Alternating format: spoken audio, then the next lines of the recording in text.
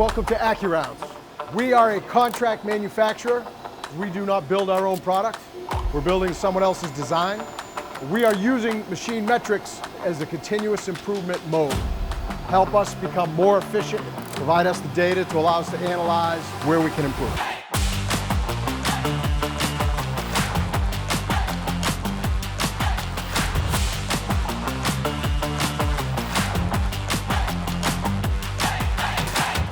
We are heavily tilted right now to the semiconductor industry.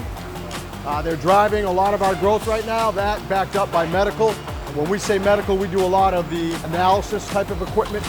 So it's mass spec and chromatography and those types of businesses.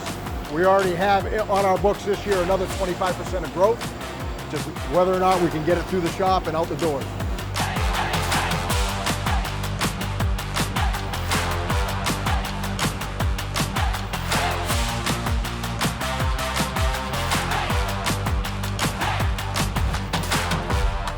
We have three fantastic panelists here to join me today. Three MachineMetrics customers, but also three unique manufacturers that do three very different things.